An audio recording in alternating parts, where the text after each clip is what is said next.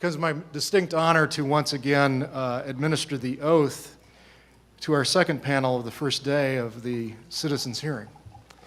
This panel will run until approximately 12:45. We'll have opening statements of 10 to 15 minutes maximum, and then questions of 5 to 7 minutes.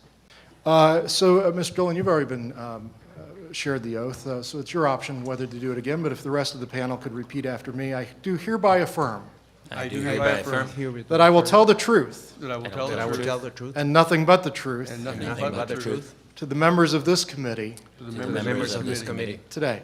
today. Thank you. We are, for the second time this morning, honored to begin with Mr. Dolan. My goodness. Thank you, esteemed members of the committee, and I will keep my remarks a little more mercifully brief than the last time. And I apologize for not having this statement for you. I will provide that for you for the record before we're done here. I just want to point out that researchers of UFO phenomenon have long argued with each other over many aspects of this phenomenon. But one conclusion that I think all of us share, at least serious researchers, is that UFOs have become a central, although covert, but a central component of U.S. history in the modern era, and indeed of world history. But as everyone knows, you can't have much of a history that is a reliable, factually based history without access to documents. And it's the documents of the past that enable us in the present to try to puzzle through the complexities and find solid ground, as it were. And yet it's easy for us to forget that access to most of the key UFO documents we now have came to us by way of historical accident, and it happened to be a fleeting one at that. All through the 1940s and 1950s and 1960s and well into the 1970s, there were many thousands of classified pages written about UFOs.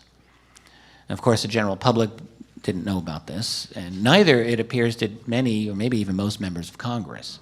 But then came the end of the war in Vietnam and, of course, Watergate. And this was a certain key moment in American history, a moment in which the United States Congress investigated the intelligence community, for example. And when it reopened the investigation of the assassination of President John F. Kennedy and Dr. Martin Luther King Jr. and others. And it was a moment in which Congress dramatically strengthened the United States Freedom of Information Act, enabling U.S. citizens to petition their government for documents not merely relating to them personally, but to the nation in terms of broad issues of public policy. Well, little did members of Congress realize that of all subsequent Freedom of Information Act requests, the most popular category would be related to UFOs. And indeed, during the late 1970s, over 10,000 pages of documents relating to UFOs were released. The party lasted until about 1982, when a presidential order by Ronald Reagan made FOIA substantially less user-friendly and did not require many agencies to reply in a timely manner at all. The result was a major ballooning in costs to those people making requests. So the glory era of Freedom of Information documents, at least pertaining to UFOs, came to an end. To this day, more than half of all U.S. declassified UFO documents come from that period of time, over 30 years ago. Great for the Carter administration, shame on the subsequent ones. And yet we remain fortunate, I think, because the documents that we have, thank goodness, give us at least enough. They give us enough of a history to hold on to. They give us enough solid ground. And their aggregate message is startlingly clear. UFOs have been the subject not merely of interest to our nation's military and intelligence community, but at times a subject of concern and even alarm. But how could it be otherwise when we have report after report of violations of sensitive airspace by objects that defy any logical or conventional explanation? Whether the scene was Los Alamos during 1948 and 1949, or Oak Ridge laboratories from 1948 through much of the 1950s, or the many military bases during the 50s, 60s, and 70s that reported such events, the question remains, how could this not be a matter of grave concern to those parties responsible for maintaining the integrity of their airspace? And not surprisingly, we find the tone of their memos and requests for information to be appropriate to the matter at hand. Here's one CIA memo from 1949, puts the matter in this very succinct way, quote, "Information is desired if this was some new or experimental aircraft or for any explanation whatsoever." And I think these statements are, in fact, typical. And the situation became so stressful to the CIA and elsewhere that on December 2nd, 1952, this is right at the very end of the Truman presidency, the CIA's Chief of Scientific Intelligence, H. Marshall Chadwell, wrote a classified memo to his boss, that was the director of the CIA, Walter Beadle Smith. And a key paragraph in this memo is as follows. At this time, the reports of incidents convince us that there is something going on that must have immediate attention. Sightings of unexplained objects at great altitudes and traveling at high speeds in the vicinity of major U.S. defense installations are of such nature that they are not attributable to natural phenomena or known types of aerial vehicles, end quote. I think this is a statement that bears very close scrutiny. Here is yet another comment by a high-level U.S. official that UFOs were real, probably artificial, probably intelligently operated, and not apparently ours. And nor was there serious consideration that these were Soviet. So I would ask, if not American, if not Soviet, if not natural phenomena, and if they appeared to be technological and under intelligent control, well, we begin to run out of viable options. It is access to documents such as these that enable us to know with certainty that UFOs were a matter of serious concern to individuals at the highest levels of U.S. national security. I would want to stress that I don't think any of the formally declassified documents we have by themselves prove that UFOs are ET. I don't think any of them do.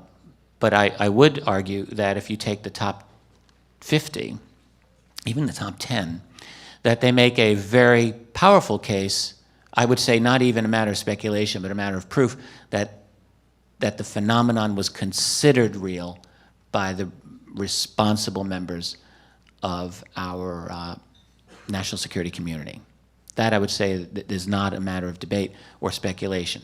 And really the questions that we need to ask is, why were they considering it, and did they form any opinions themselves? And getting at that answer is a little more difficult. But nonetheless, the bottom line is these documents do prove this. And it's important because all of these levels of concern were consistently voiced within the classified world, but they were not given out publicly all through the 40s and 50s. And right up to our own era, the formal public statements are always the same. That there's nothing to this, that it may be interesting or may not, but we're not interested in it. We don't do UFOs. And fortunately, as the historical accident of freedom of information turned out, those documents proved the lie to those statements of denial. So today, official pronouncements about UFOs by the government and military, it follows the exact same tone. There's really no difference between what they say now and what they said 50 years ago, except they're a little less insulting about it. Back in the early years, there were a number of statements that talked about people just kind of being crazy, psychopathological. You don't hear that anymore. But other than that, it's really the same type of tone. Unfortunately, though, that we don't have the kind of access to classified information on UFOs as we once briefly obtained in the past. And yet enough genuine and recent UFO accounts have become known to us, many of which involve U.S. military, that we can see that very little has changed. something important is happening behind the veil of the classified world. My question to you is, how long will current members of Congress and the public at large be content to roll over and be spoon-fed nonsense by responsible officials when in fact they deserve the truth? Thank you.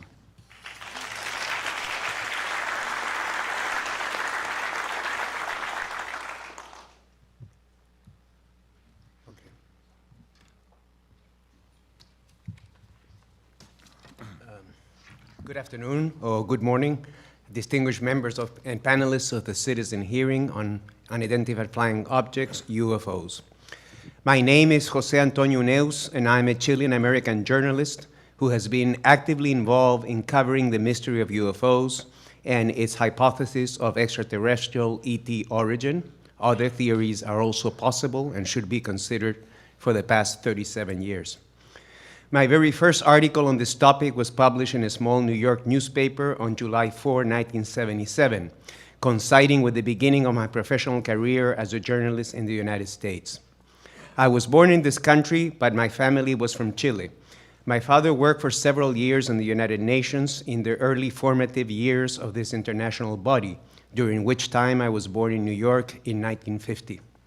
After graduating from high school in Santiago in 1969, I went to Europe and took a semester on French language and civilization at the Sorbonne University in Paris, and later studied journalism at the University of Chile in Santiago.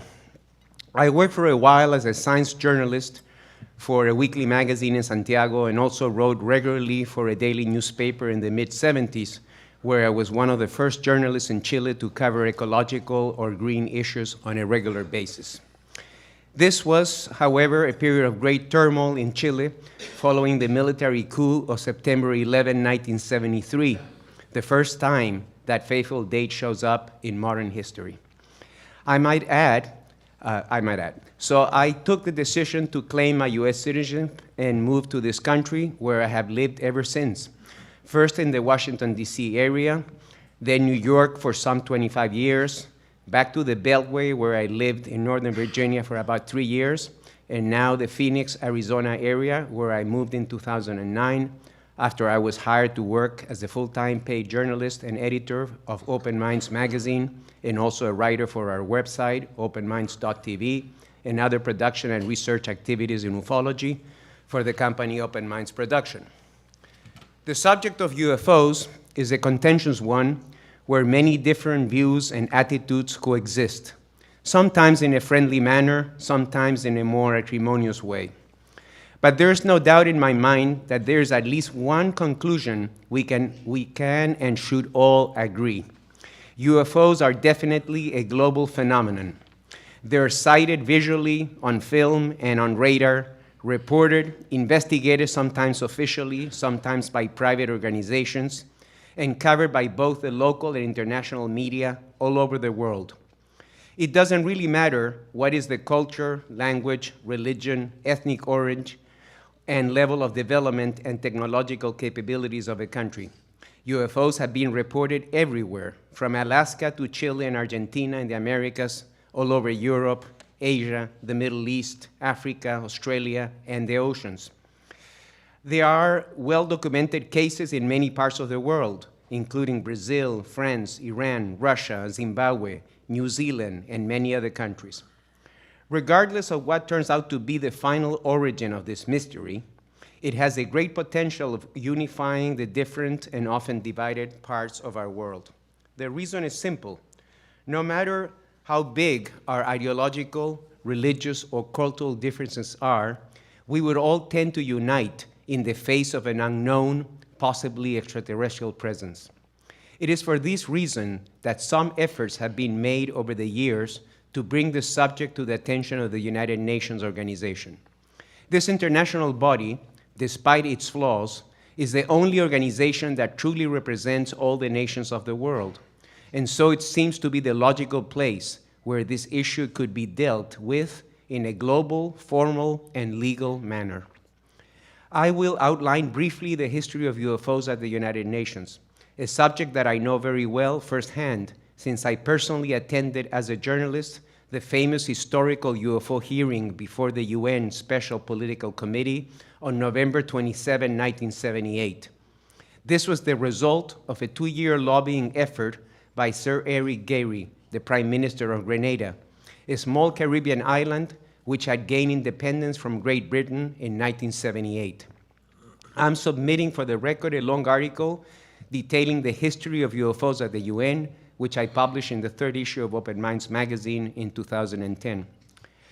Grenada's UFO proposal was first raised officially by Prime Minister Gairy and Grenada's UN Ambassador Wellington Friday at a meeting of the UN General Assembly Special Political Committee on November 28, 1977. Grenada proposed the, quote, establishment of an agency or a department of the United Nations for undertaking, coordinating, and disseminating the results of research into unidentified flying objects, UFOs, and related phenomena. Grenada made further statements on November 30 and December 6, 1977. In an earlier speech in October, Prime Minister Gairy disclosed his own sighting, quote, I have myself seen an unidentified flying object, and I have been totally overwhelmed by what I have seen. As a result of all this effort, on December 13, 1977, the General Assembly adopted Decision 32/424, which acknowledged the draft resolution submitted by Grenada. Secretary General Kurt Waldheim duly forwarded Decision 32/424 to the member states by a note verbal on March 13, 1978.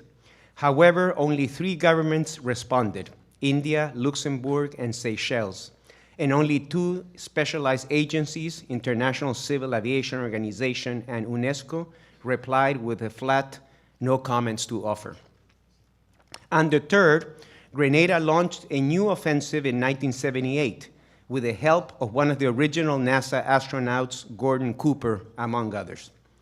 A group of recognized experts was assembled by Gairy to testify at a hearing before the Special Political Committee on November 27, 1978, which became the high point of the Grenada Initiative.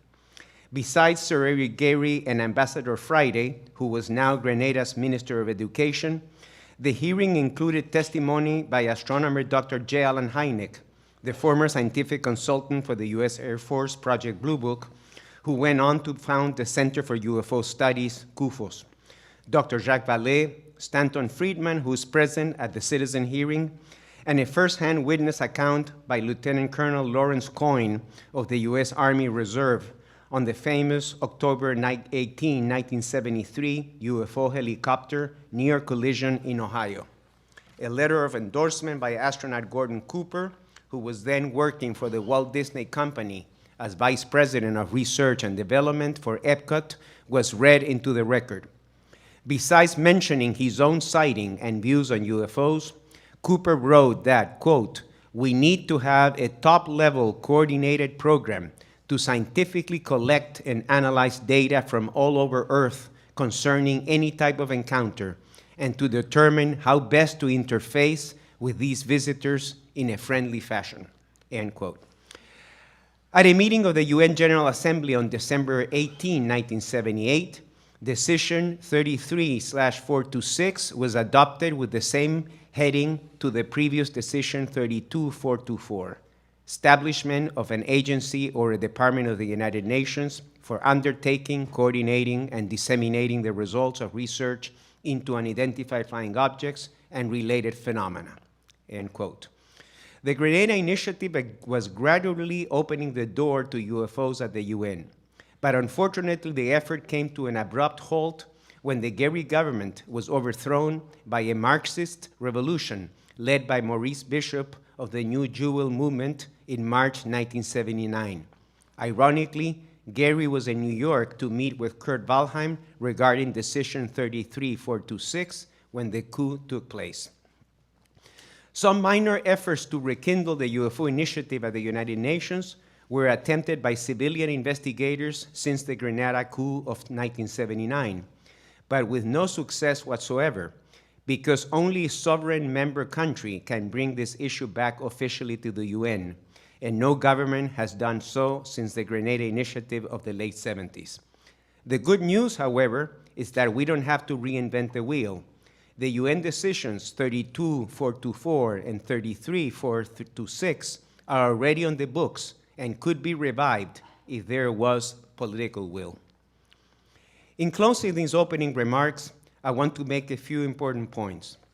While it's true that the majority of UFO sightings have mundane explanations, a fact recognized by most competent investigators and scientists, if you really study with an open mind the extensive data bank of UFO cases collected worldwide during the last 6 decades, you will find a small percentage of truly puzzling incidents that defy any conventional explanation. The prevailing view among most researchers and the media is that these cases have an ET origin, but this is not the only explanation. Other theories, including interdimensional or multiple universes, have also been advanced. Even time travel has been proposed. In other words, UFOs would be our own devices from the future coming back in time for unknown reasons. I realize all this sounds like science fiction, but think for a minute. Didn't you see people talking to each other at huge distances while viewing themselves on a screen in lots of sci-fi movies from the 50s and 60s? Well, this happens now every day through Skype and the internet. Similar examples can be multiplied ad infinitum. What is important is to look at all the data without any preconceived ideas or beliefs. The late Dr. Hynek used to say that UFOs were likely signaling the next scientific revolution. But we will never get there if we don't study the phenomenon in a truly comprehensive and unbiased way, and I might add, with the proper resources to do so. The political implications, or exopolitical as is now referred, are even bigger. The alien can become a catalyst to unify the peoples of Earth to realize that mankind must grow way beyond our current limitations if we're going to survive and prosper in the future. Many believe that open contact will never happen in an open way unless mankind's level of consciousness makes a significant jump. Let me finish with an appropriate quote from Shakespeare's Hamlet. "There are more things in heaven and earth, Horatio, that are dreamt in your philosophy." Thank you very much.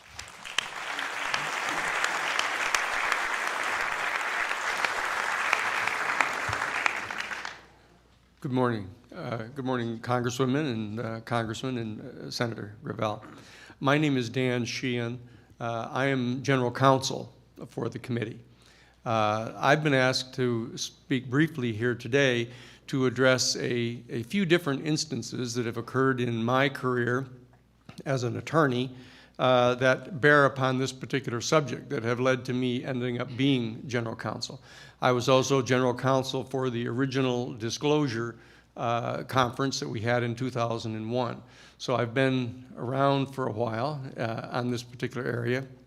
And it arose because I was chief counsel for the United States Jesuit headquarters in Washington, D.C., here back in 1976 when President Carter was elected president. And immediately after his election in November of 1976, President Carter called into his office the then Central Intelligence Agency director, who was George H.W. Bush. And President Carter asked to be briefed by the Director of Central Intelligence on the issue of UFOs. And in that meeting, CIA Director Bush asked the President-elect if the President-elect would leave him in as the Central Intelligence Agency Director, and that he would promise that he would never run for political office in his life if Carter would agree to keep him in as the Director of the CIA. Bush wanted to, at that time, become more or less like J. Edgar Hoover had become at the FBI, that he would remain, that it would be above politics, that he would remain in that position. President Carter reiterated his request for the UFO information, saying that he had his own person in mind to be the director of the Central Intelligence Agency, which happened to be Teddy Sorensen at the time. Bush at that time then refused to provide the information to him, saying that he did not have adequate clearances, he was not the president yet, and that he should ask his own Central Intelligence Agency director for that.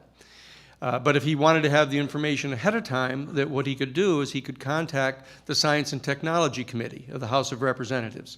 And they had an ongoing relationship with the Science and Technology Division of the Congressional Research Service that could go about getting things declassified to show him.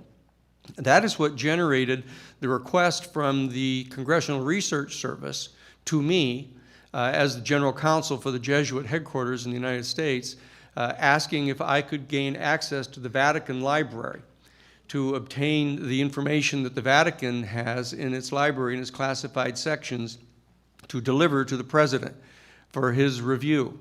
I did that. I contacted the Jesuit, who happens to be the head of the Vatican Library, requesting this information, and much to my surprise, I was denied information. I wrote a second letter to them saying, look, I guess you must not know who we are here.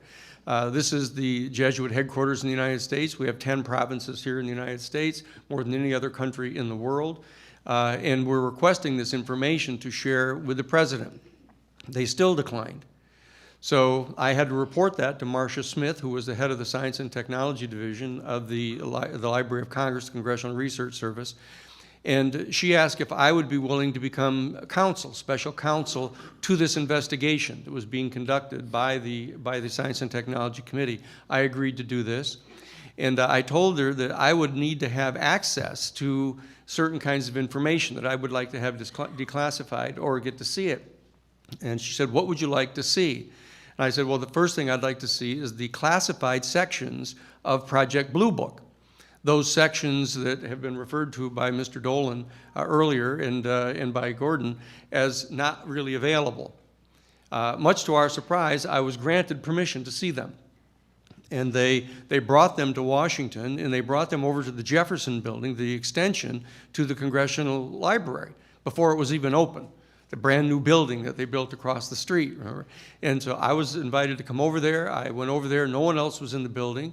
They had security people at the door. I went over, and I was brought downstairs into a room where they had these shoe boxes with microfilm in them and documents, et cetera. And in my review of those documents, I came upon photographs of unquestioned UFOs. There wasn't any question about what they were. It wasn't a light in the sky. It wasn't a vague report about having seen something going very fast by.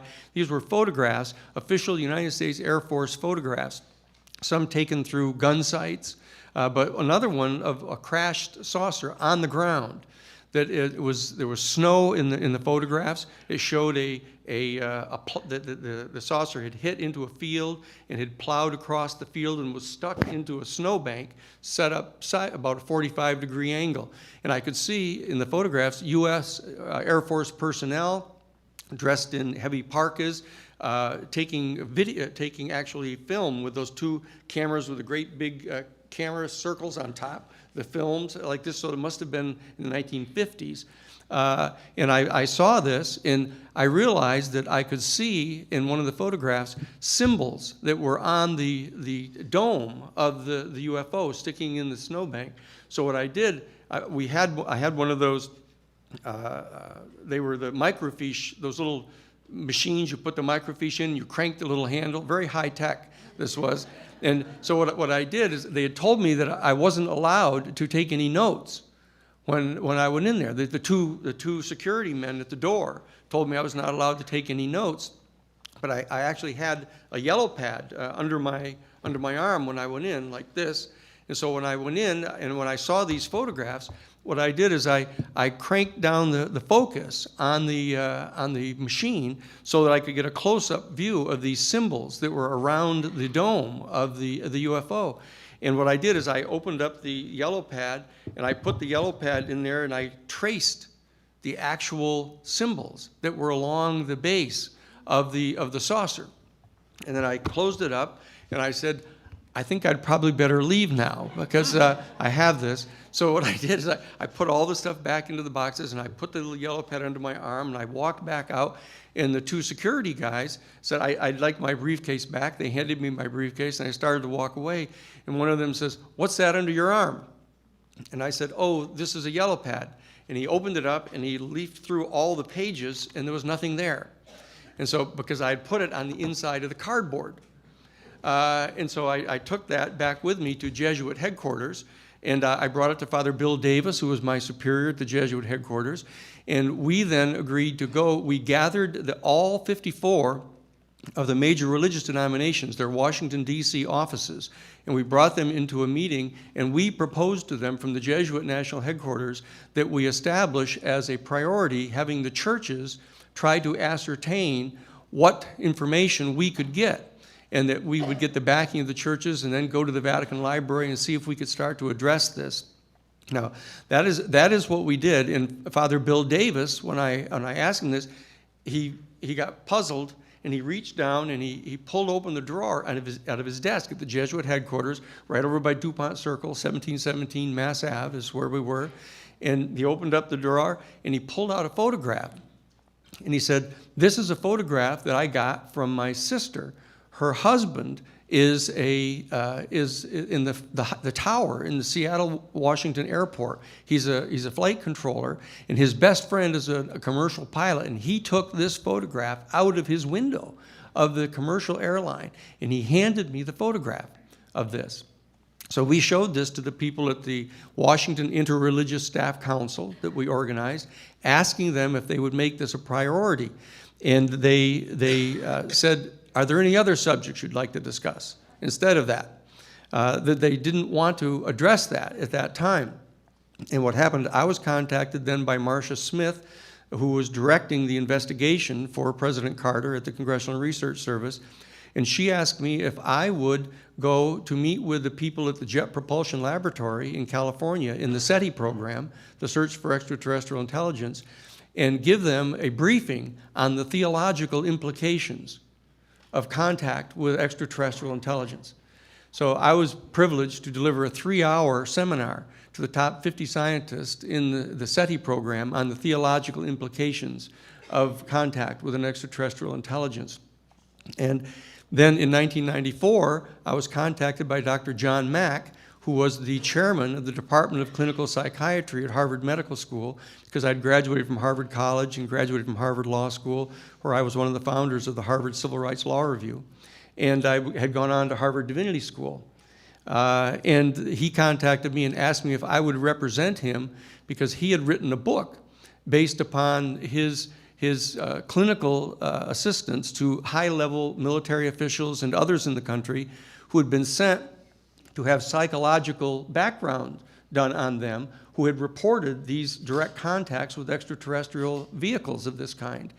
And when I met with him, he had written this book, and the faculty committee at Harvard University had called him into a session with the legal counsel from Harvard University and the head of the dean of the medical school, getting ready to challenge his tenure for his having written this book, that it was undermining the worldview of Harvard University. And so we met with Lawrence Rockefeller, and Lawrence Rockefeller agreed to fund what would really amount to a grand rounds to present to the Harvard faculty all of the basic information that we had on the existence of UFOs. And they then dropped the hearings and said they didn't want to have this hearings turned into a circus. Now, those were my initial contacts with them, and so I have delivered a number of presentations to the International UFO Congress over the years on the theological implications of contact with an extraterrestrial civilization. And as you may know, the Vatican has now started to issue press statements. They actually held a major press conference talking about the fact that in light of the more recent discoveries of the increasing number of planets that they now realize have suns and atmosphere and are in what they call the Goldilocks zone. They're close enough to their planet, their sun in their solar systems, but not so far away that they're likely to have potential life on them. And as these planets began to multiply, the Vatican has now held an official press conference announcing that they, in fact, have now taken the position that the discovery of extraterrestrial intelligence in a highly technologically developed intelligence is not inconsistent with Catholic theology. And that is what is going on right now. There are very high-level meetings going on right now with the new Pope to discuss what positions are going to be taken by the International Catholic Church with regard to the theology. My understanding is, as former chief counsel for the Jesuits, that the fact is that the Catholic Church does not want to be behind the power curve on this issue. And they realize that with the increasing contact and discovery of these additional planets, that it's going to become clear within our generation, within our lifetimes, that in fact highly technologically developed extraterrestrial intelligence actually exists. And the findings of the Congressional Research Service that were delivered to the President, to President Carter, is that based upon all of their analysis, that they have come to the conclusion, this is an official conclusion of the Congressional Research Service, that they have come to a 95% probability projection that there are from 2 to 10 highly technologically developed extraterrestrial civilizations within our own galaxy. Now, and remember, in closing, in our galaxy, the Milky Way galaxy, there are 50 billion star systems in our galaxy. And there are 50 billion trillion galaxies that are now known. The question, and the abiding question, and it's the one that you and I discussed last night, Congressman Bartlett, have these vehicles developed the capacity to transport vehicles beyond the speed of light? Because if they have, then all these questions now become focused. That means that they would be able to be here, come here, and go. And if they have, then all of these sightings that we've talked about, all these hundreds of witnesses that we've talked about, then are talking about a very real phenomenon. And I'll close with this one observation. When I was legal counsel for the Iran-Contra investigations, that we were the ones that actually initially discovered the Iran-Contra weapons supply trafficking. And when I delivered this information to Peter Rodino, who was at the time the chair of the Judiciary Committee of the House, through Scott Armstrong.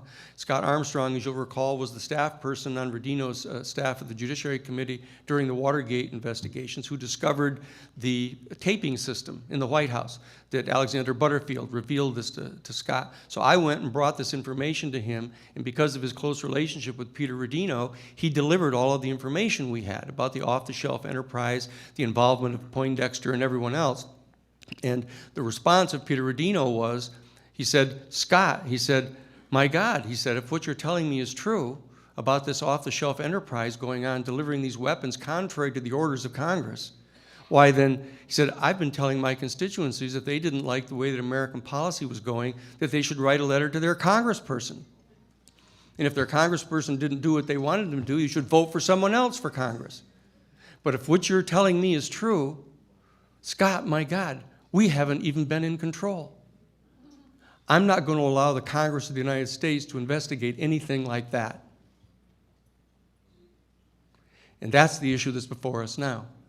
Because if, in fact, we're not in ultimate control, and there is an extraterrestrial intelligence of this type of sophistication that's been visiting our planet and entering our airspace and outmaneuvering our aircraft, it's perfectly clear that from a political consciousness that abides inside our executive branch and inside our legislature, that is not something that they want to share with the American people, because it would ultimately undermine the confidence of the governed in their governors.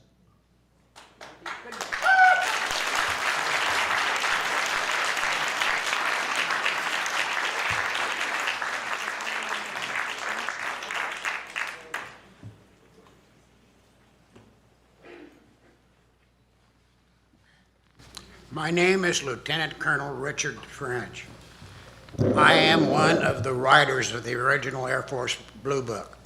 I was a student at Oregon State starting in 1947, and in my junior year I was asked what specialty I wanted to be assigned when I graduated. An advisor told me about the Office of Special Investigations, It sounded like an exciting and glamorous job, so I volunteered. Brigadier General Carroll, a former FBI director of the Washington District, was commissioned as an Air Force general and assumed command of the OSI. The OSI, of course, was also given the added responsibility of investigating the phenomenon of unidentified flying objects. The OSI assignment required that I have final top secret clearance granted before I could even report for duty. That caused a delay in my reporting because I, in fact, am adopted and all of my medical and birth records and all that are sealed.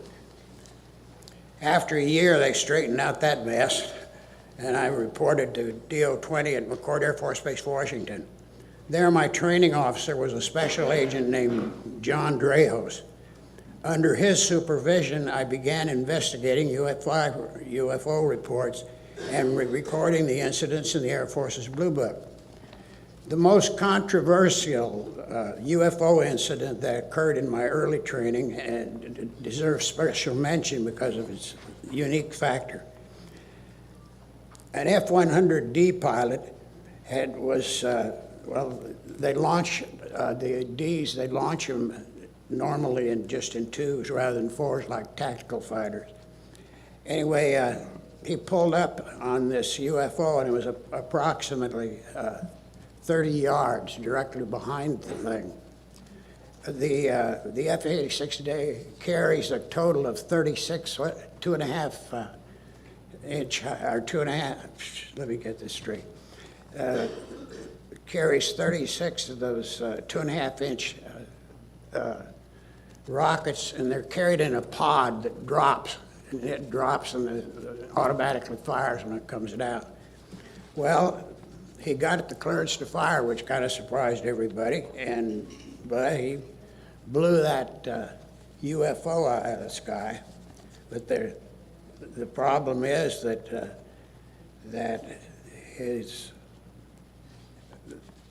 the recording of the incident. Well, let me get this exactly right. The UFO intercept violated the prohibited zone at Hanford's Atomic Energy Facility. He was a wingman and pulled up straight ahead and was given a clearance to fire. When the weapon fired, the pod dropped, but his airplane exploded. They drug the the Columbia River in a 60-mile area, and they never found a piece or a part or anything even pertaining to it. And now I mentioned that I had just a very fast look at the magic report. I hope you people are familiar with it, but if you're not, it is the original report that was prepared. President Truman was the chairman. The people who were on that committee, and I did get a very quick look at it, but I could easily remember who they were because of who they were. They included the chiefs of the president, of course, and also the chiefs of staff of all of the armed forces, arms of the United States. In other words, the chief of naval operations and the head of the Coast Guard and on and on. And that terminates my presentation.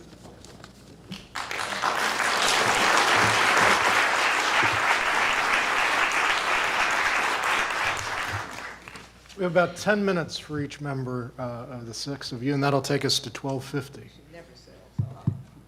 And I've been asked by both the chair and the co-chair to give time reminders as we're approaching that 10-minute limit for each of you. So I'll do that as gently as possible. My understanding is that there will be time cue cards visible to the panelists here and to the members back here. So we will watch those and time ourselves. I remember a number of years ago, I was traveling in a car and had my car radio on, and there were two news accounts. One was that there were some UFO sightings over New Mexico.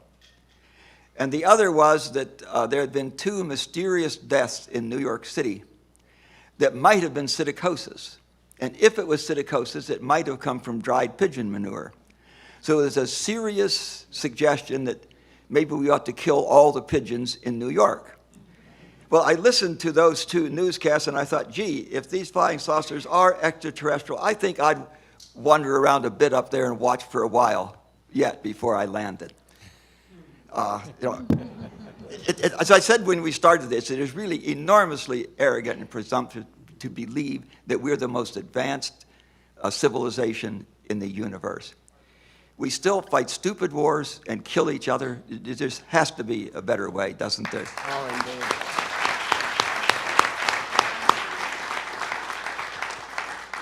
Again, I will reserve my questions till the end. My co-chair. I wanted to mention one other thing. All of the time, and there's a period there, it's about 12 years, but during that 12-year period, my primary job as a member of the OSI was to debunk them.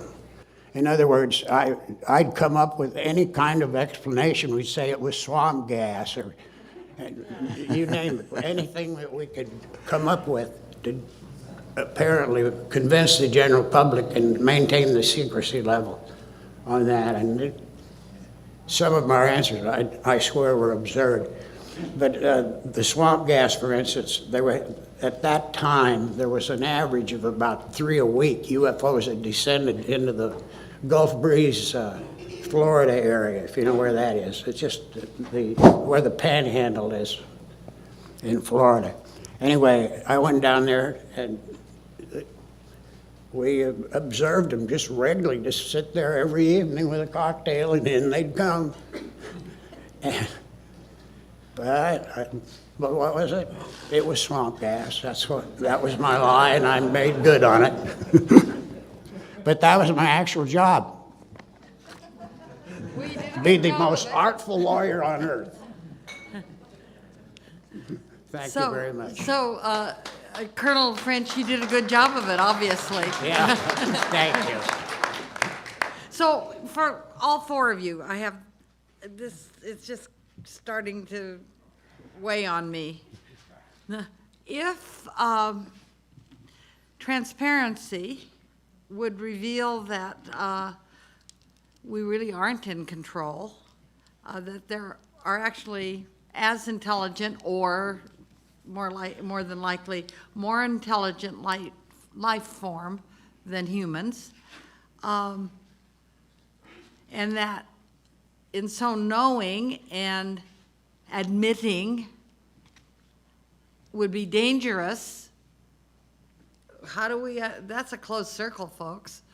So what do you recommend, how do you recommend we handle this? Let's start with the colonel who won't tell us it's a gas form. Well, I see no other way to attack it than to come up with some kind of international organization, something along the line of what we already have in hand, or some similar governmental way, and then putting those people, you know, because when you think about it, this confronts religion directly and very firmly. Yeah. And we do need some type of organization, something that can hold us, if need be, to contact these people from another universe. That when they come, like, you know, it's a lot better if you say, "Hi, buddy," not try and shoot their tail end off. So, reclaiming my time to go on to you, Daniel. But let me add a piece to this now. Then how will the United States, for one, give up our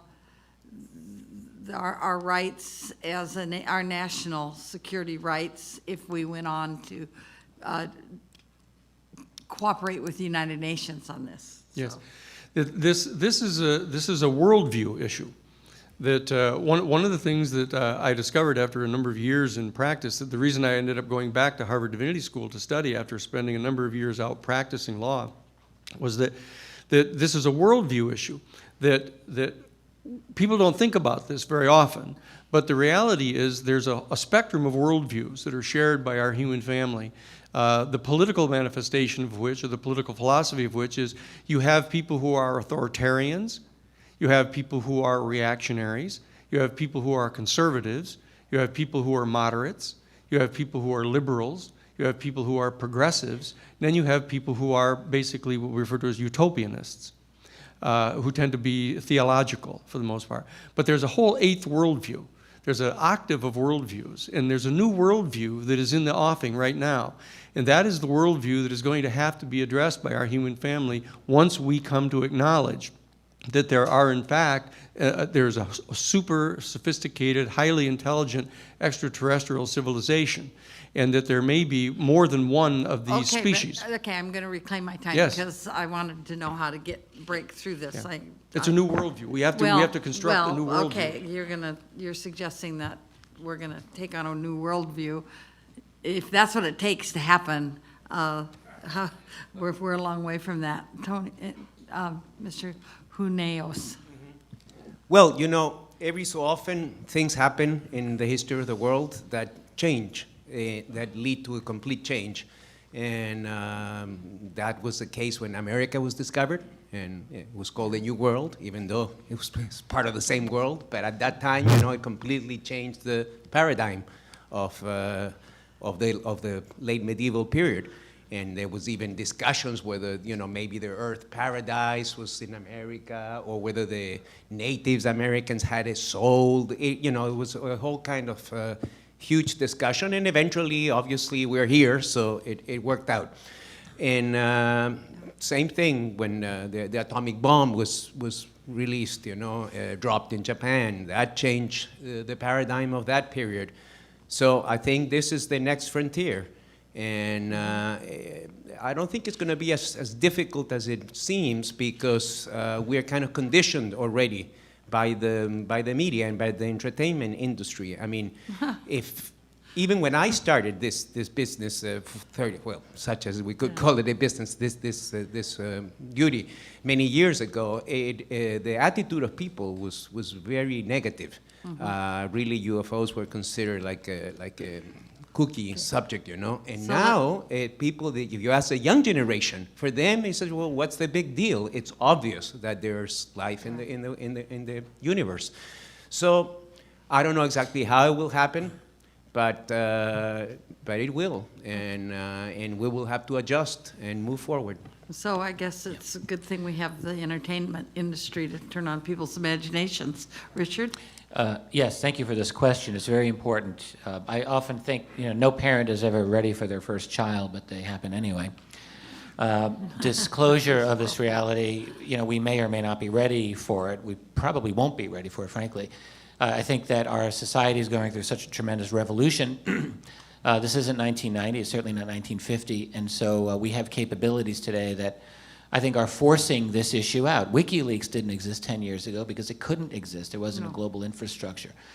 Cell phone cameras, all of this is all new. So I think something's going to happen that's going to force this out front and center. And my suspicion, I can only guess, is that those people who have knowledge on this, and I think there are such people, must be aware. They must be aware that they cannot keep this secret forever. I think the wise thing to do would be judiciously and responsibly to begin allowing some of this information out. Maybe there are controlled leaks today. I do think that when this matter is out on the table, that doesn't mean all the answers will be there. It just means that we'll be able publicly, without all, you know, joking and ridicule, to be able to talk about it as a public policy issue. I also think that this will necessitate a geopolitical revolution. You mentioned the issues of U.S. national security. Well, there's other countries in the world, and they're all going to be affected by this. And so it will have to be necessary for there to be a true united nation, something that actually works, that people can believe in. Because without that, I think it's just going to be a big Do I have mess. any more time? 2 minutes. Let's, the next discussion, I would like to go from, we're worried about airspace, how about cyberspace? So. May I make a comment at this? I'm basically, I mean, my background is I have more combat than virtually anyone you'll ever meet. I have more than 800 combat missions, 860 in jet fighters. Wow. So I'm not afraid of battle. Obviously I think not. the dumbest thing we could possibly do is weaponize space. And I've been in that argument several times. And it would be absurd to do that. Thank you. Thank you. Good. Enough. Cyberspace. That, 1 minute is all we have. It's quite clear that the technology that seems to be at the disposal of this civilization is able to access, if the FBI can tap into your internet, and then clearly they can too. So they're undoubtedly monitoring all the communications that are going on. And I would dare say that there is a process going on of feathering into our culture information, technology, et cetera, that is going to soften this blow. That there's a process going on of released information, of contact information, et cetera. And I find it, based on 40 years of doing these kind of investigations of Watergate, Iran-Contra, and others that I've been directly involved in, that there's clearly going to be a decision made by very high-level people above all of our pay grades here, I say with all due respect from Congress people, that there'll be a decision made to start feathering information into the culture to prepare our people for this rather gradually, which has been going on now for the last 60 years. I think we're finished. Thank you. Congresswoman Kilpatrick? Thank you very much.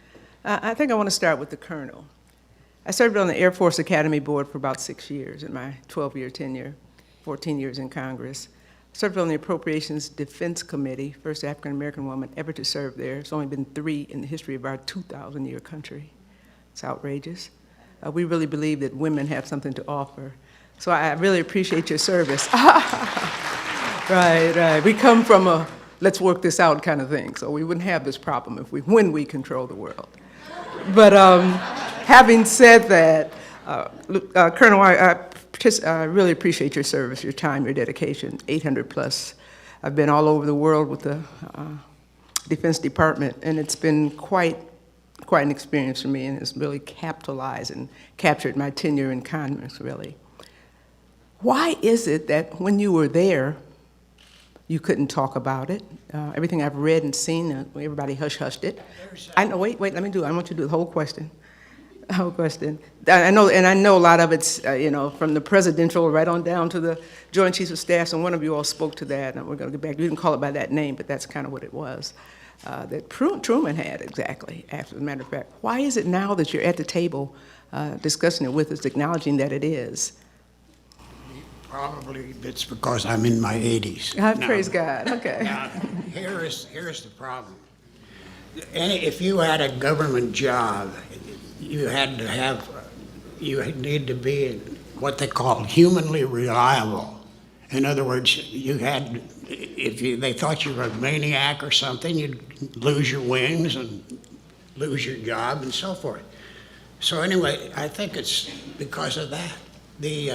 Basically the human reliability problem, the fact that there are some real lunatics in various places and you can't identify them well enough. And then they won't submit. Well, you have a problem with next of kin. If they have a child that is ill mentally, what do you do?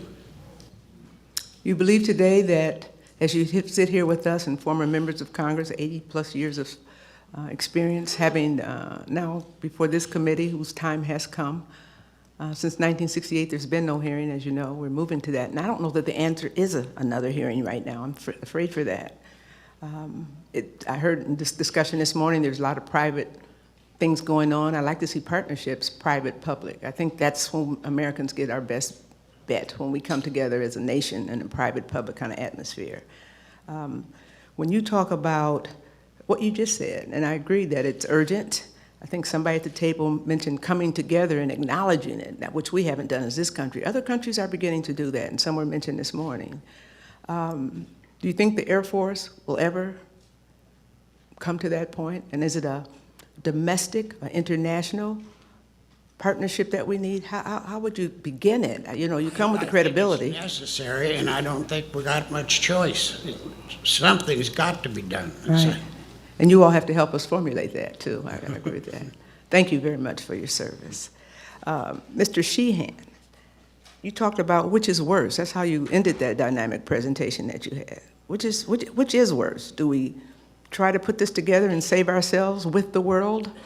or do we continue to put our heads in the sand that it doesn't exist and you know that it does? I'm at a loss.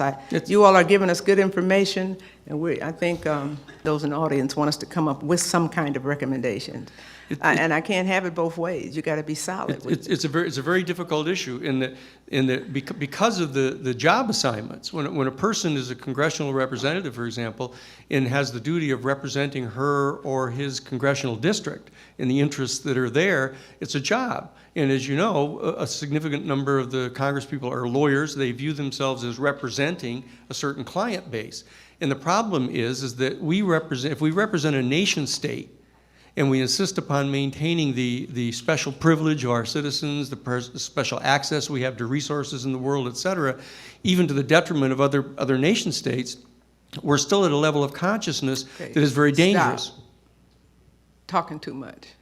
Yeah. Break it down for me. You Okay. got to give me 2-3 points. I mean, we don't have a lot of time. And I love everything you said. Yeah. But don't give it to me back again. We got to have something to hold on to. When We're going to have to yield some of our national sovereignty to a global body like the United Nations. Okay, right there. We're not doing that. I mean, we got No. leadership presidents now who don't even acknowledge that it exists. So we're not going to yield anything. Yeah. It's got to be approached to it. Maybe we do it better because we're former elected officials, public policy makers. Can't say it like that because the wall goes up and you won't get past it. Yeah. It's got to be a better way to say that and begin to do some of what you suggest. And it'll come probably through religious communities, that the altering of consciousness with regard to an angelic realm, an other dimension of reality, that's where most people categorize these types of discussions. Okay, They're and theological. that's where you worked with the Jesuit Yes. Coordination Coalition. I That's think right. that's a good start. That's I think right. you can't leave out private industry. I think you can't leave out the universities. I mean, it's got to be a major coalition of things and institutions in our country and around the world that would come together more than one time with experts like yourselves and laymen like us and others who have interest in the issue, because it is a world phenomenon. And if we keep acting like it doesn't exist, then we all lose, the world loses. That's right. So, I think time is urgent, and I'm very new at the issue, so I'm just learning it. Even as a member of the Appropriations Armed Service Committee, we tacitly touched it, but then it goes away. Yeah. Even at the academy, where we outstanding young men and women who dedicate their lives to this country, and they have some things that they look at, and then it's put away. It's in the Air Force Academy Exactly, book, exactly talking right. Whole about chapter. how to address UFOs. Exactly, It's exactly. there. I was going to go to the Air Force Do you feel the Academy. urgency? Yeah. Do you all feel the urgency? And I'm going to ask, I'm going to say your name wrong. Thank you very much, Mr. Sheehan. Is there urgency here, or are we just here just talking? Normally, people have put it away, I mean, officially, right, governments, but I think in a way there is, because the potential it has a very good potential, like I said in my statement. It could really do the trick that everything else has failed, you know. What do we do in this earth? We have tremendous problems besides this issue, environmental problems, hunger, and so on, you know.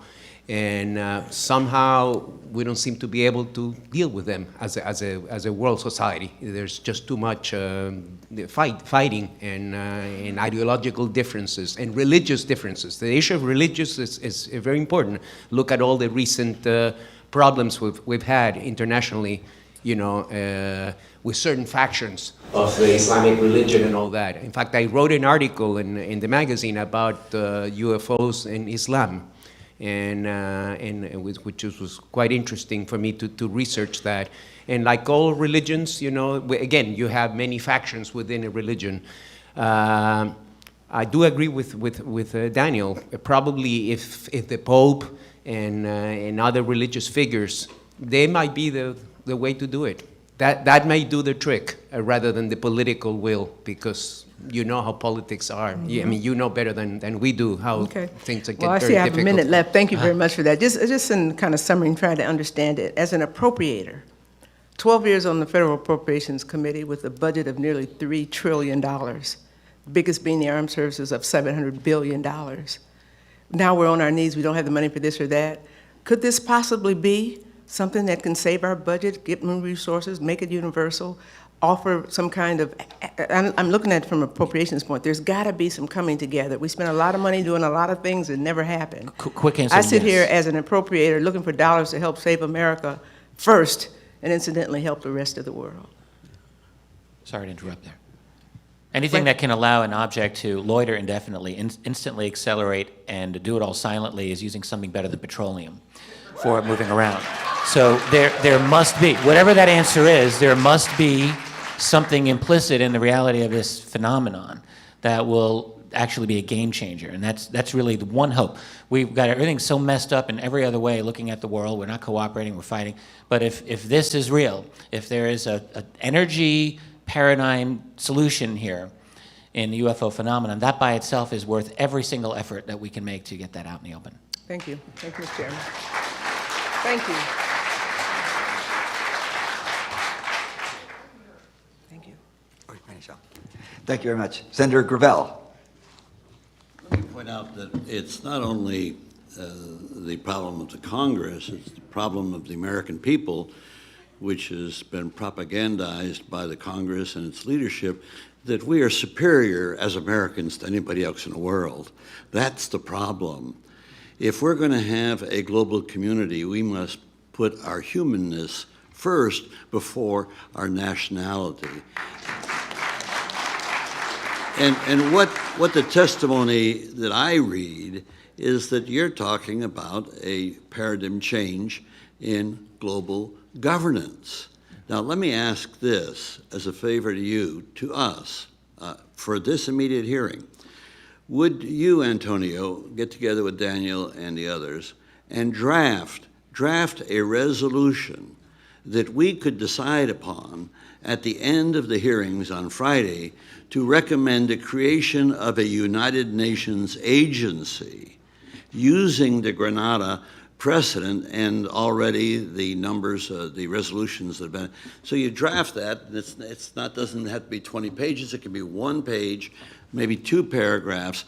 You draft this so that we can get our hands around something in this regard.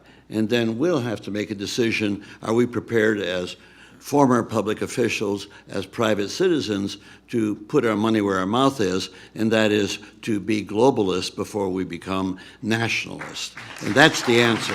Yes. So if you could provide us with that document, we'd be deeply in your debt as on this side of the table. And I could start that a little bit, because there's a provision in the United Nations which is called the Uniting for Peace Resolution. And Henry Kissinger told us about this in Gov 180 at Harvard College, and he said, if the world population ever finds out about this, we're all in trouble, he said. I was kind of wondering who he meant by we. And he's right. Yeah, the that's government, right. The leadership is going to be in trouble once the people wake up. That's right. But you need a device. Yeah. And right now, the device is the knowledge that you're bringing forward that we're trying to observe here. So first, would you bring that resolution as soon as you can? Surely. We'll circulate it among the members and the leadership of the Paradigm Research Group. Yeah, we can do that. To seek their accept. We'll be glad to. Now, the question I would ask, Mr. Dolan, you mentioned that the compendium of documents that you're aware of has come about through Freedom of Information Act, has come about by accident in many regards. Is there anything out there that document-wise backs up the Roswell incident? That is the crash and the humanoids. Is there any document that we could put our hands on? Yes, sir. There are a few very interesting documents. Even as early as July 1947, FBI, which was involved in investigating the so-called flying saucers very actively, had a memo indicating that the debris or whatever was recovered at Roswell was being transferred to Wright Field, Dayton, Ohio, U.S. Air Force headquarters. I think that's rather interesting. Whatever this was, if it was some kind of balloon apparatus, I think we could ask why would that be transferred to Wright Field? So that's interesting. There are a number of other documents that talk about rumors within the military, discussions of There's, Yeah, that's not good enough to. Right, no, that's because it's exactly right. hearsay. But regarding there was, back in 1994, the General Accounting Office of Congress was tasked with looking into the Roswell incident.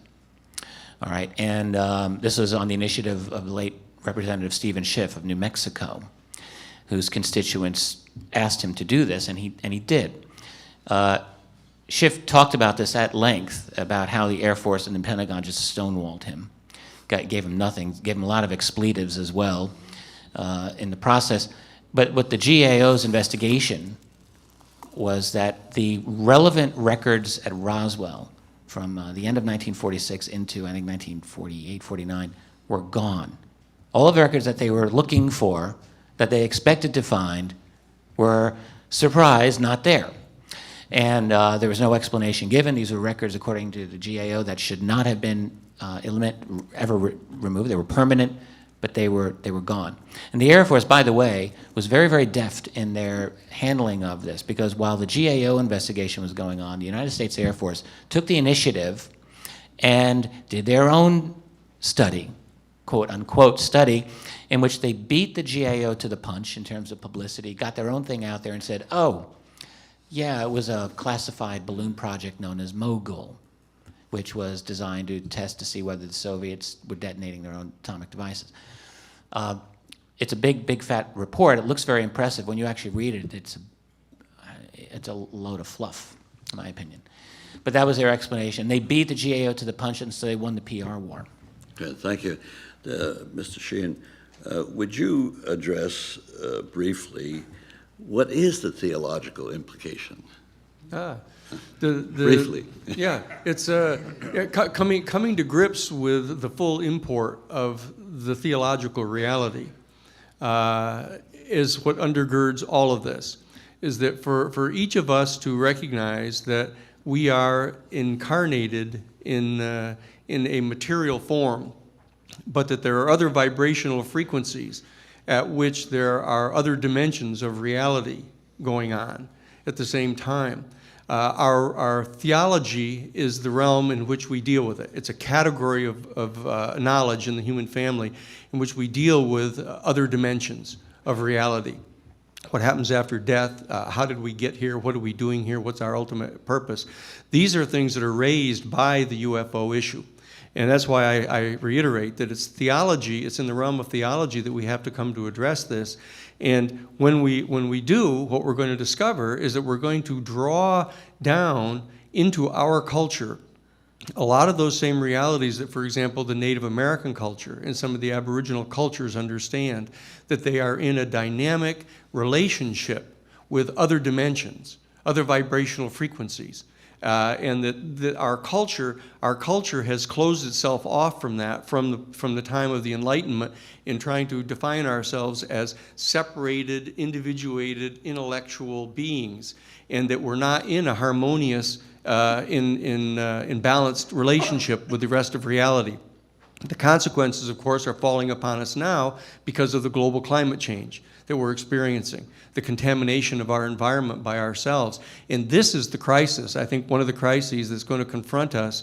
And that my sense is that we're going to become much more, if we probe into the theology of all of this, we're going to come to have a much more profound appreciation for the Native American culture and the theology of the Native American culture and the faculty of intuitional perception that our human family has, which is a faculty that's evolving teleologically in our culture. And this is what Teilhard de Chardin has dealt with it within the Jesuits. It's the cutting edge of modern theology, and the insights that we've gained now through quantum physics since 1923 to 1926, we have to integrate into our scientific worldview the insights of quantum physics.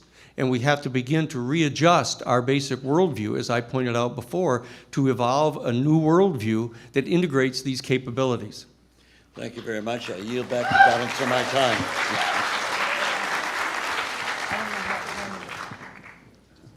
Congressman Cook. I would like to start by asking Colonel French, you were involved in the initiations of the Blue Book processes. Yes. Could you elaborate a little more on what you found out from that, and especially so I have a better understanding of how that got stopped or discarded, or what exactly happened on the Blue Book, and how long did that go on? I just need a better I'd like to understanding throw of you a that. curve if you don't mind too much, but they ask about what happened to the results of the accident at Alamogordo. Yeah. Well, all of that was taken to what is called the Foreign Technology Division at Wright-Patterson Air Force Base. And what was shipped, there was physical debris, actually parts of some kind of airplane.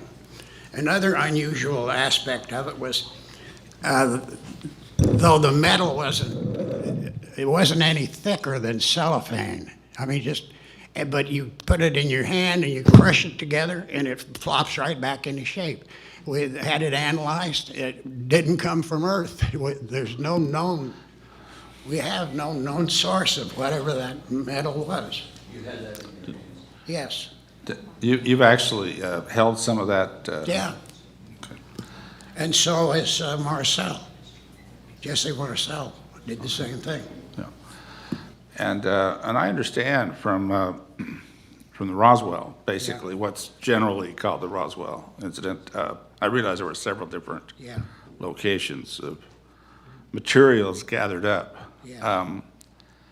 There were dozens and dozens of witnesses on the materials, and you're clearly one of them, and one of the, at least in terms of the analysis of the materials, not necessarily gathering them up. But tell us about, were there witnesses of any, as has been referred to as humanoid?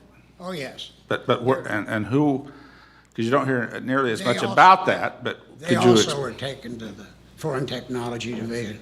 There were, if I remember, it was about 8 or 9 corpses. And I'm more interested right now in the witnesses to that. I've read the accounts, but who were the, there were many witnesses of material. I can't that- point you to anyone that can add to that except Marcel, Okay. because he was the first one that picked it up.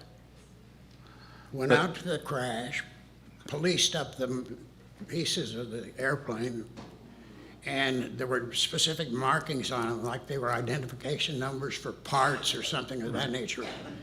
But it would look rather like Arabic writing. It didn't look like anything from our part of our neck Now, of the woods. Did Marcel indicate that he had actually witnessed the humanoid part?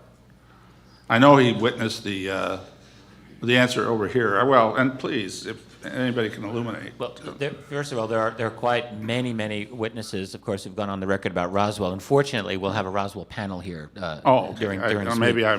yeah. And there are a number of researchers who've specialized in that. but My quite question a was, few. it started off as the Blue Book, but then it.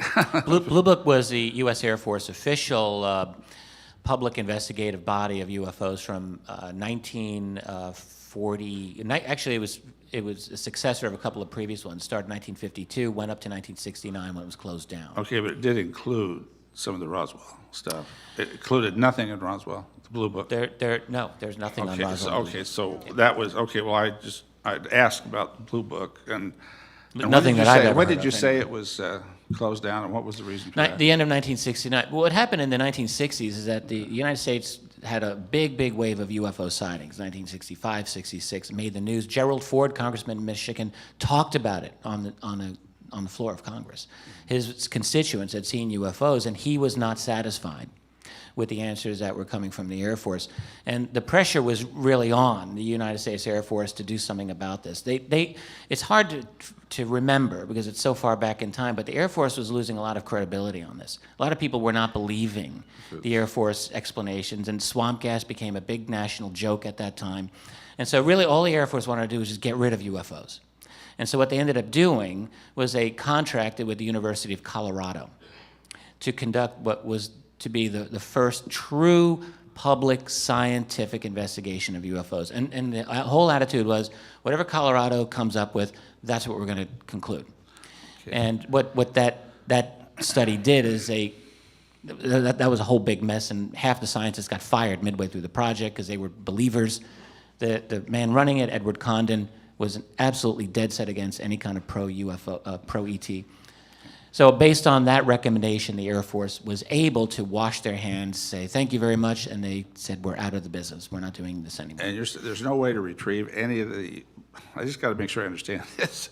And I appreciate it, because you've illuminated this greatly for me. But is there any way to find out exactly what was in the Blue Book at this point then? I mean, I'm looking for. Yes, I mean, Well, the Blue Book files are. They're still there. They're You're available. saying they're absolutely being covered up? No, the No, Blue no, Book they're files are released. Oh, we can still read Yes. those. Okay, well, I was But the confused on problem, that issue. The problem is, Classified sections. yeah, and the problem is the Roswell stuff is not in the Blue Book files. Okay, Yeah. now I've got a better understanding of all that. and in the prior panel, Stanton Friedman referred to a memo by a General Carol Bollender in which he stated, in closing Blue Book down in 1969, that UFO reports affecting national security were not part of the Blue Book system. Okay. So Blue Book, I do remember him yeah, saying that. yeah. If I could turn to Mr. Huneeus and Mr. Sheehan. Religion has been brought up and implied in terms of this whole thing several ways. And now you're not trying to say that just because Pat Robertson has a particular view or because popes in the past have said things that clearly don't agree with what you're saying as a Jesuit, Right. that religion is somehow against the idea of extraterrestrial life? No, in fact, it's quite the contrary. That, remember, religion, religare, the Latin derivative of religare is to relink. The whole idea of relinking the intellect, intellectus, the root of intellect is intellectus, the ability to distinguish the difference between. That whole ability that we developed somewhere between Australopithecus and Homo erectus, this intellectual capacity, we alienated ourselves in a separate entity here behind our eyeballs from all of the rest of reality. Sure. That's I'm- the danger. Okay, but I'm going to kind of adjust Yeah, this a little yeah. bit. Was there an implication that it's more of the, well, let me just say this, going to Christian religions in specific, Uh-huh. you think there's some bias against the belief in extraterrestrial? Because you were talking about maybe we're going to have to accept Yeah. this from a different religious perspective or something. No, I think that within one of the features, the unique features of Catholic Christology, for example, is each of the worldviews that I'd pointed out that have political implications, there are subsets of Catholic and Christian theology in all of those. So there's a reactionary worldview that is fundamentalist, that everything is divided into good guys and bad guys, and there's Satan in angelic realms, and they've projected this satanic reality that they have onto extraterrestrials, which is very, very dangerous. Well, I would, I'm not in any way here to do missionary work for my particular Yeah. religious faith, Yeah. or certainly to speak for my religious faith. I'm a Mormon. But on a fundamental level, many Mormons believe it's consistent with doctrines of the church that there is life What's an official doctrine? outside the It's the an terrestrial official sphere. doctrine Yeah. of the Church of the Latter-day Saints. The actual belief in extraterrestrial Well, intelligence. and I wanted to make that point clear. Yeah, Again, yeah. I'm not here for that. No, to- but it's to true. preach or anything like But that. it is true. But I'm also, I think, and I think most Mormons believe as I do on that, Yes. would still say, that's still a leap to say that we've had the visitation. And there's nothing in the religious sense that would prohibit that. Right. But we need as strong an evidence as we can to help this panel open up some congressional hearings. And by the way, I'm not giving up on the United States Congress yet. Yeah, I don't no. think we have to go to the United Nations. Maybe that might be a way. But let's also try to open this up at the United States Congress Yes, level. I agree. You asked the Catholic position on all this. Well, my grandmother's a Catholic. That's all I have to do with the Catholic Church. However, it's very important, one thing that the Catholic Church has done, and believe it or not, they commissioned the building of a wide-angle lens to search the skies for inbound UFOs. It's in Tucson, Arizona, believe it or not. Okay, well, thank you.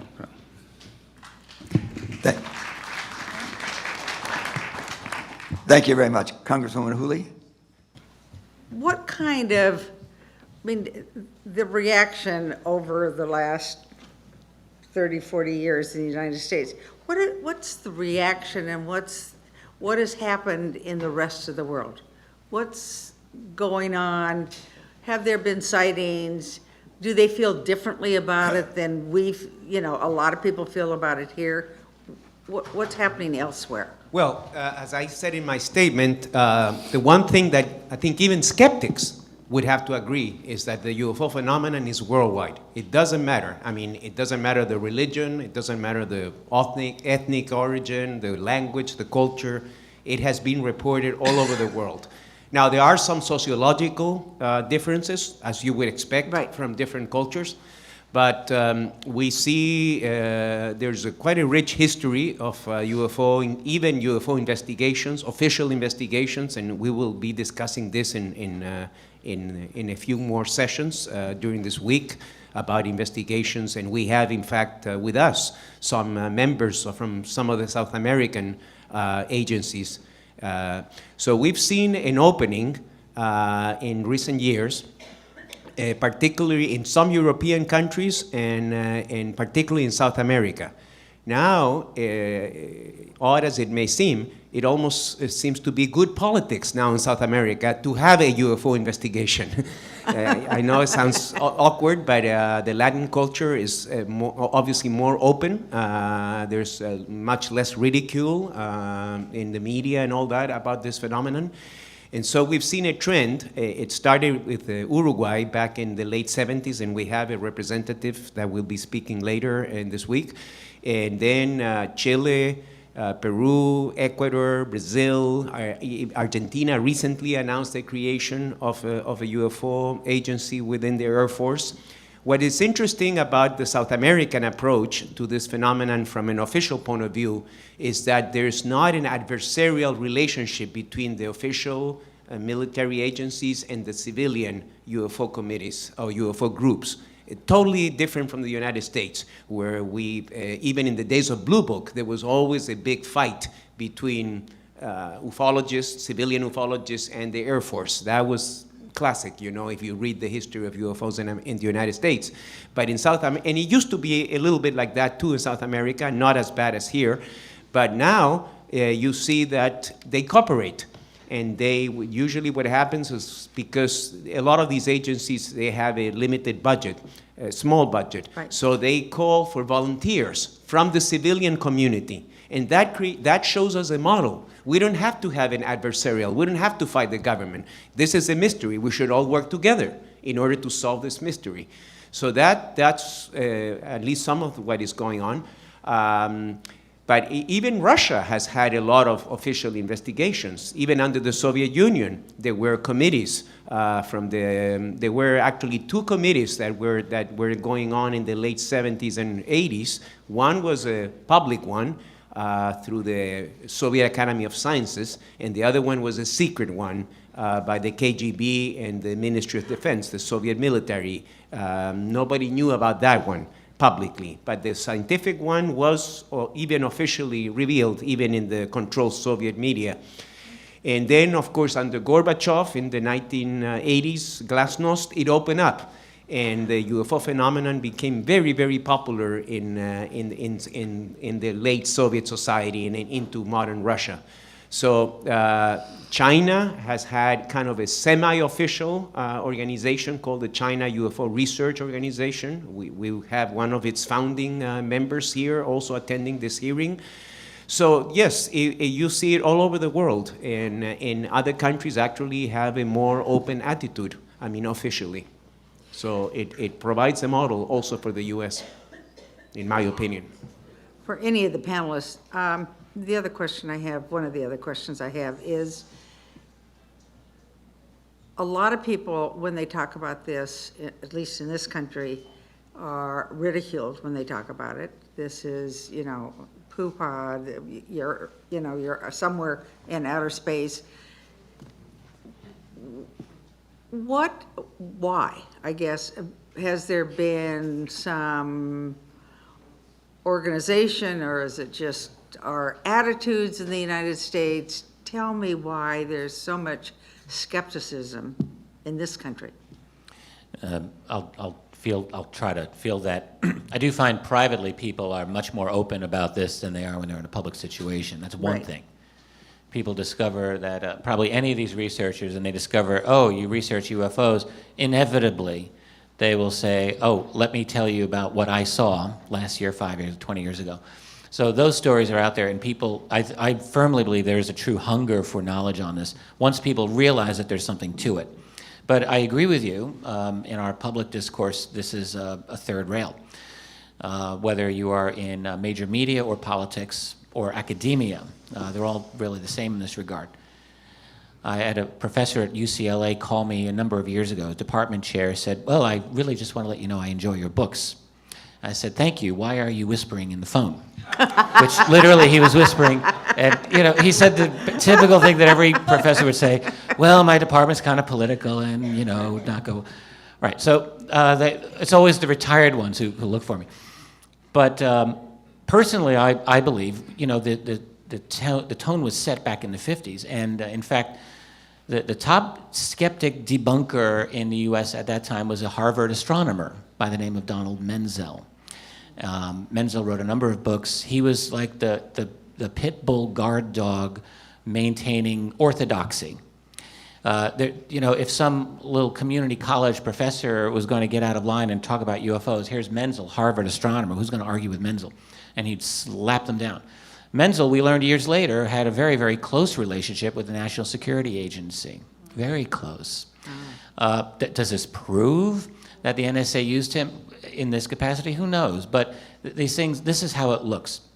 Back in the late 1970s, journalist Carl Bernstein had the famous Rolling Stone article in which he said there are over 400 U.S. journalists that I have identified who had a covert relationship with the Central Intelligence Agency. CIA promptly said, well, we don't do that anymore. And if you read the language carefully in their statements, especially in the 1990s, they're very lawyerly in their denials. It's very clear that there are relationships. So what I am suggesting, and I guess this is the conspiracy angle here, but I would suggest that there are proxies that work with national security elements. Look, it's an open revolving door in much of our society anyway. Most of this is out in the open, but I think that there are relationships, friendly relationships with academic and with media and political as well, where you have the herders who basically keep the underlings in line. And every now and then someone gets out of line and they have to be dealt with. So I think that that's how the culture is created, and it has a top-down effect. And most people, they don't want to be Superman. They have their jobs, they have got their family, they got their things, they can't fight the machine. So they just, they live their lives and hope that someone else takes it on. And there are documents that Mr. Dolan can tell you about, the internal documents in the Air Force and others where they consciously instruct their officers to ridicule and debunk people. It is a specific official policy inside the Air Force. The people they know positively have seen one of these things to try to destroy their credibility. Yeah. In the Robertson panel, which is a famous CIA symposium that took place in January of 1953, in fact, they used the word debunk. It's in the document itself. And as the colonel says, specifically assigned to go out and ridicule them and tell them they're ridiculous. And most people can't stand up against that kind of thing coming from authority figures. Right. The Robertson panel was the last act of the Truman administration. It was the last weekend of Harry Truman's presidency that this classified panel took place, and it was specifically related to UFOs. Very interesting little historical factoid there. And as Daniel just pointed out, its conclusion was, this is a necessary topic and we must debunk it to the American people. This is not a good thing for them to be thinking about. Thank you. And they're Thank you working with the very much. media to do that. Thank you. Thank you. Thank you very much. From where was the balloon, the mogul balloon that was supposed to have been the Roswell incident, from where was it supposedly launched? The mogul, I thought they were at White Sands, Alamogordo, that area. We have the record. Oh, I'm so sorry. From where? You know what a pieball is? It's a high-altitude balloon that they track. They launch them and then track them so they can keep track of upper air currents. But when it was launched, when Marcel launched the thing, he would have been probably standing right in front of base ops, because that's where they send them up from. From where? Base operations. You see the fighter squadrons or bomber squadrons or whatever, they have their own particular area, but transient airplanes always launch from base operations. How close is one of those to Roswell? It's on Roswell base. So what they're saying is that the balloon was launched there and crashed there. Yes. Well, I don't know where exactly that it crashed. See, these balloons were supposed to be determining possible Soviet nuclear detonations. I'm just curious where they thought, because if it was launched somewhere else, the probability of it landing at Roswell was vanishingly small. You know, I had a course in Normally the advanced upper air statistics, and winds it's carry vanishingly small 100 to 200 probability. Sir, the United States Air Force in their 1994 report said these were launched out of White Sands. And, you know, and actually they had a schedule of a number of these balloon launches that went down and were recovered. So there were several that were from the spring of 1947, and in fact they speculated that this wasn't really a slam dunk, but they indicated that that they thought that they'd identified the one launch that was in fact supposedly the Roswell crash. I'm trying to remember the date on that. You know, as has been mentioned, the curious thing about all of this is in the GAO report, there was nothing for them to look at because all of the relevant information had been destroyed. They had no idea at whose command it had been destroyed. And, you know, this is very unorthodox. It should have been there. Kind of interesting, isn't it? I was a member of the Science and Technology Committee. I think it was simply called the Science Committee then. When Schiff held this, I thought it was a hearing. Apparently, it was a briefing. And it was, what, about 94 or 5. I came to the Congress in 93, and I remember his interest in that. When I was first approached about this week's activities, I was cautioned that if you do this, you could possibly be relegated to the lunatic fringe. And this may not be good for your potential activities for the rest of your political productive life. I'm 87 in 5 weeks, so I don't know how much remains anyhow. But I said, you know, I'm going to do this because I think there's a very serious constitutional issue involved here. Whether there are UFOs or not, whether they are extraterrestrial or not is really quite irrelevant to whether or not there ought to be hearings on this, because the First Amendment to the Constitution says the right of the people to petition the government for a redress of grievances. Mr. Sheehan, doesn't this fall within that? Oh, yes. Yes. There's no doubt about this. But the fact of the matter is, in a national security state, from the passage of the National Security Act of 1947, there has been an entire caveat on the Constitution that things that fall under national security, when Oliver North can sit right in front of you and say, sure, I lied to you, the Congress, because this was a covert operation. You know, that we're in charge, you're not in charge. And so there's an entire national security state kind of subculture that believes that they have the right not only to hold information back from Congress, but to openly defy Congress. When you pass the Boland Amendment prohibiting them from engaging in the covert operations against Nicaragua, they go ahead and do it anyhow. The danger is a national security state, and if it arose in the context of the Cold War with the Soviet Union, we should move very aggressively at the end of the Cold War to try to disassemble some of those structures of the national security state, not try to create a new one, so that they went searching very quickly for some ultimate other that they had to find, and they ended up having, you know, Afghanistan or Iran or Iraq. It's a mindset. And it's that whole kind of retrenchment into a defensive position in the face of the ultimate other. And it's an ultimate mindset that we have to try to overcome. And as I point out, that it's a theological issue, because that is a malfunction of our intellect. And it cuts us off from our harmonious relationship, not only with the rest of the universe, but all other intelligent species in the universe. And that's what we have to address, I think. It's a worldview issue. Thank you. For 20 years in the Congress, I served on the Armed Services Committee, and I remembered Eisenhower's caution as he left office that we should be concerned about the military-industrial complex. I understand that in the original draft, it was military-industrial congressional complex. And he didn't want to be too political, so he took out the congressional. It's too bad he did that, because this really is a military-industrial congressional complex. The F-35 is built in 48 states. There are 96 senators, and I don't know how many hundred representatives to support the F-35, not because we may need it, but because it creates jobs.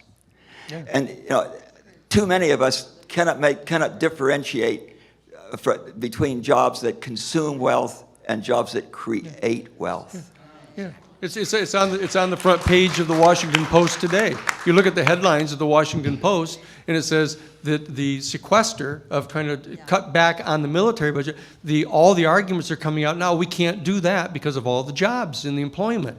You know, I mean, it's an old saw. We've developed an economy that is so reliant upon military spending that, in fact, it drives the policies to you go looking for adversaries. And if we lose the adversary of the Soviet Union on December 31st of 1991 with the dissolving of the Soviet Union, it takes them less than a few years to find another one. And if you have to go so desperately that you're looking to Afghanistan and Iran as being your ultimate threat to the most powerful nation in the history of the human civilization, there's a motive for that, and it's not because they're threatening you. When we held a hearing on this in the Congress about the economic effects, I wouldn't have, if I was chairman, I wouldn't have held the hearing, economic effects of sequestration. And when it came time for my question, my 5 minutes, I said, suppose when we left here tonight, we broke all the windows out of this building. And we did that all over Washington. And overnight, a crew came in and replaced all of those broken windows. And we did this every day. We broke out all the windows, and the crew would replace them all. Wouldn't that create a lot of jobs? Just think of the jobs that would create. You know, and my question was, do you think that would have a long-term beneficial effect on the economy? I wanted them to understand the difference between jobs that create wealth and jobs that consume wealth. Well, we've been talking about the Constitution and why I'm here. I'm here because I think that the Congress owes the American people a hearing on this subject. That's right. That's right. Absolutely. You may be dead wrong. There may be nothing to UFOs. That is irrelevant. You have a right to petition the government for redress of grievances. All of my questions have been anticipated by my colleagues. Thank you all very much for a very good panel. And we'll now stand in recess for lunch. Thank you. Thank you.